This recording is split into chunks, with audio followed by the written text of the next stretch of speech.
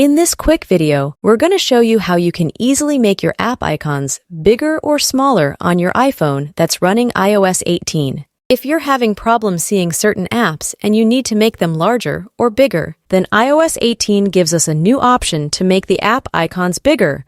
So just follow my steps and watch this video until the very end to learn how it's done. In the past, in order to make the app icons bigger, we would need to enable the display zoom, which would increase the size of the app icons, but it would also make everything on your iPhone bigger, including the text, the elements, the settings, and all that other stuff.